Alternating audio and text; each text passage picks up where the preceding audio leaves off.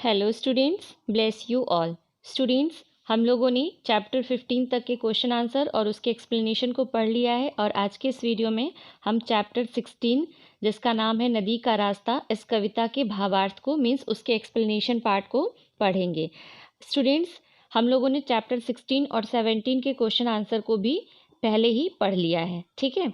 तो इस वीडियो में हम चैप्टर 16 के एक्सप्लेनेशन पार्ट को पढ़ेंगे, लेकिन उस पार्ट को पढ़ने से पहले हम इस चैप्टर के जो राइटर हैं, जो लेखक हैं या जो कवि हैं, जिनका नाम है बालकृष्ण राव, उनके बारे में थोड़ा सा जान लेते हैं, फिर हम अपने चैप्टर को एक्सप्लेन करेंगे, ठीक है। तो ये जो चैप्टर है, जो बालकृष्ण राव जी हैं, इनका जन्म सन 1913 में हुआ था, ठीक है। और हिंदी के कवि के संपादक के रूप में इन्हें प्रतिस्थापित किया गया था। ये हिंदी साहित्य सम्मेलन इलाहाबाद के माध्यम पत्रिका के पहले संपादक बने थे एवं भारत सरकार के आकाशवाणी विभाग में रहकर हिंदी के प्रचार प्रसार के लिए इन्होंने अनेक महत्वपूर्ण कार्य किए थे, ठीक है। 1953 में इन्हें कवि भारती के सह संपादक के रूप में चुना गया था और बाद में अमृत राय के साथ मिलकर के हंस पत्रिका का संपादन भी इन्होंने किया था। ये केंद्रीय हिंदी संस्थान आगरा के अध्यक्ष भी रहे थे और इनकी मृत्यु सन 1976 ईस्वी में हो गई थी। 1976 मीन्स 1976 में, ठीक है। तो ये था हमारी कविता के कवि के बारे में।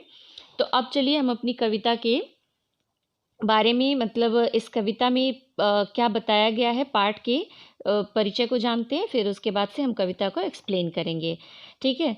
इस पाठ के परिचय में हम बताते हैं कि जीवन में आगे बढ़ने के लिए मनुष्य की इच्छा शक्ति अधिक महत्वपूर्ण होती है या परिस्थितियां, यह प्रश्न सदियों से मन में उठता रहा है।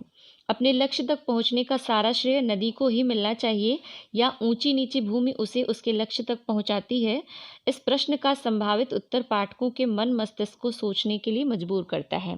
कहने का तात्पर्य है कि मनुष्य की दृढ़ इच्छा शक्ति उसे उसके मंजिल तक पहुंचाती है या उसके जीवन की परिस्थितियां भी कुछ सहायक होती हैं। यहाँ ऐसा कवि ने पूछने की कोशिश की है पूरी कविता के द्वारा, ठीक है। पूरी कविता में यही कवि ने पूछने की कोशिश की है। यहाँ पर जो इच्छा शक्ति है उसके रूप में नदी का वर्णन किया गया है और जो परिस्थितियाँ हैं उसके रूप में भूमि का वर्णन किया गया है, ठीक है। तो चलिए हम अपने पाठ के एक एक पैराग्राफ को पढ़ेंगे और उसके अर्थ को जानेंगे। ओके स्टूडेंट्स, तो चलिए स्टूडेंट्स, हम एक एक पैराग्राफ को रीड करते हैं और उसके अर्थ को जानते हैं। लेकिन पाठ को स्टार्ट करने से पहले हम थोड़ा सा इस चैप्टर के जीवन मूल्य को जान लेते हैं, फिर हम आगे बढ़ते हैं। ओके, इसका जीवन मूल्य क्या है कि जीवन में आगे बढ़ने के लिए मार्ग में मिलने वाली हर चुनौती का डटकर सामना करना चाहिए। भाई ये तो सत्य बात है कि अगर हम कोई अच्छा काम करने जाएंगे, अच्छा काम करना चाहेंगे या किसी लक्ष्य को हासिल करना चाहेंगे तो उसके लिए हमारे मार्ग में बहुत सारी चुनौतियाँ आएंगी, बहुत सारी बाधाएं आएंगी, जिनको पार करते हुए, जिन चुनौतियों का सामना करते हुए हमें आगे बढ़ना पड़ेगा। अगर हम उन चुनौतियों से हार जाएंगे तो हम अपने लक्ष्य को कभी भी हासिल नहीं कर सकते हैं, ठीक है। तो चलिए हम अपने पैराग्राफ को रीड करते हैं और उसके अर्थ को जानते हैं। नदी को रास्ता किसने दिखाया, सिखाया था उसे किसने कि अपनी भावना के वेग को उन्मुक्त बहने दे, कि वह अपने लिए खुद खोज लेगी सिंधु की गंभीरता स्वच्छंद बहकर।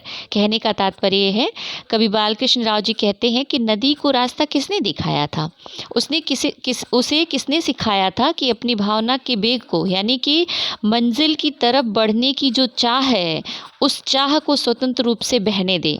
कहने का आशय है कि यदि हम नदी को स्वतंत्र छोड़ दें तो वह अपनी मंजिल यानी समुद्र में जाकर मिलने का रास्ता स्वयं ढूंढ लेंगी। यहाँ पर नदी से मतलब क्या है कि यदि मनुष्य की इच्छा शक्ति है, मनुष्य किसी लक्ष्य को हासिल करना चाहता है और वह अपनी इच्छा शक्ति को पाने के लिए, मीन्स अपने लक्ष्य को पाने के लिए अपनी इच्छा शक्ति को बढ़ाता है और सभी कठिनाइयों का सामना करते हुए आगे बढ़ना चाहता है, तो हमें उसके ऊपर रोक टोक नहीं लगाना चाहिए, उसे स्वच्छंद रूप से बहने देना चाहिए, उसे अपने कार्य को करने देना चाहिए।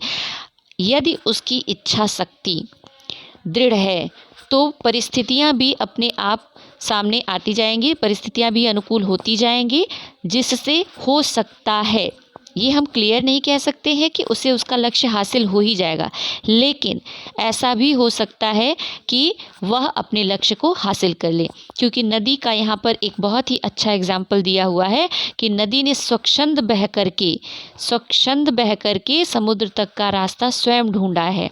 ठीक है, उसे किसी ने मार्ग नहीं दिखाया था। इस पैराग्राफ में ये बताया गया था। आगे देखिए, इसे हम पूछते आए युगों से और सुनते भी युगों से आ रहे उत्तर नदी का, मुझे कोई कभी आया नहीं था राह दिखलाने, बनाया मार्ग मैंने आप ही अपना।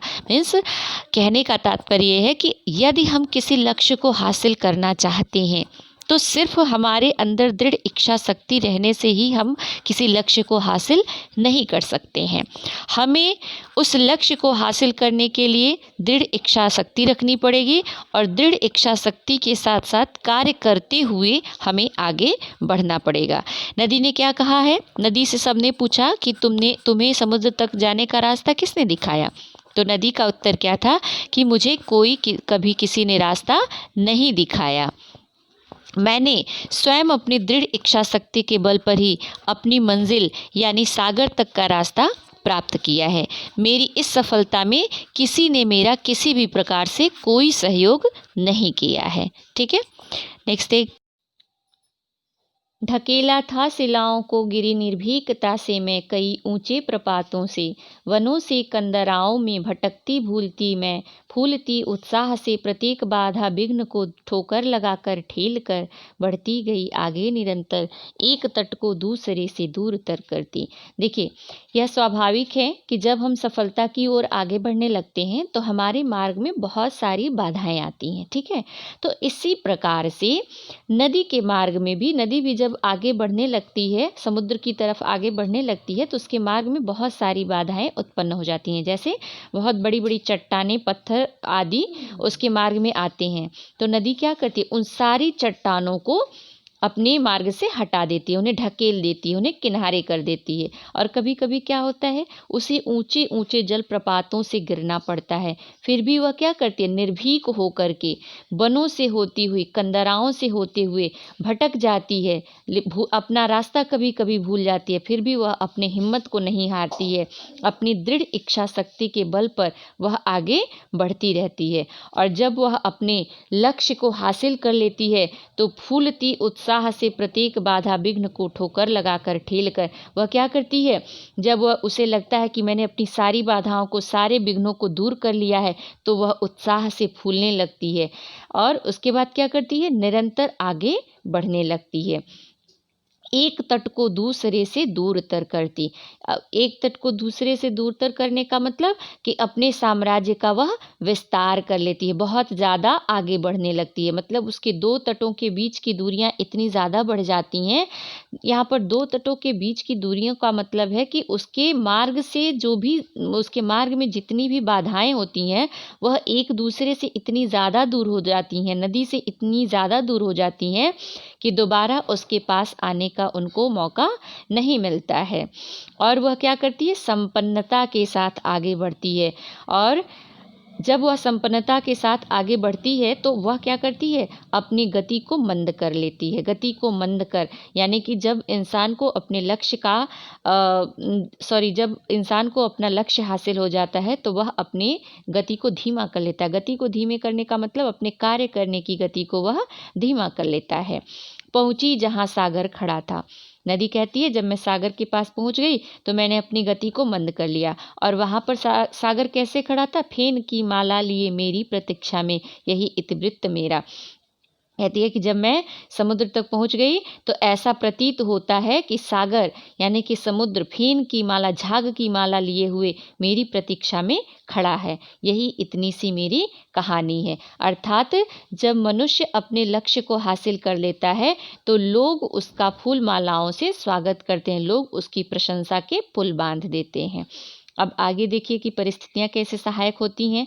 मार्ग मैंने आप ही बनाया था अपना, कहती है, भूमि कहती है कि मार्ग मैंने आप ही अपना बनाया था, मैंने समुद्र तक पहुंचने का रास्ता स्वयं बनाया था। मगर भूमि का दावा, लेकिन भूमि क्या दावा करती है कि उसने ही बताया था नदी को मार्ग, उसने ही चलाया था नदी को। फिर कहती है, भूमि कहती है नहीं, भूमि स्वयं नदी स्वयं सागर तक नहीं पहुंची।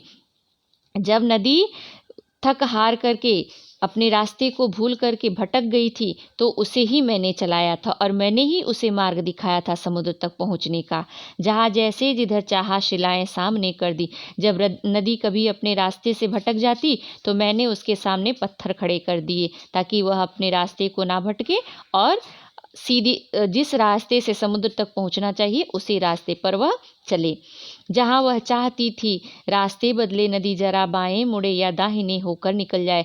जहाँ पर उसको लगता था कि नदी को अपना रास्ता बदलना चाहिए, नदी को दाएं मुड़ना चाहिए या बाएं मुड़ना चाहिए, वहाँ पर वह सामने ला करके शिलाएं खड़ी कर देती थी।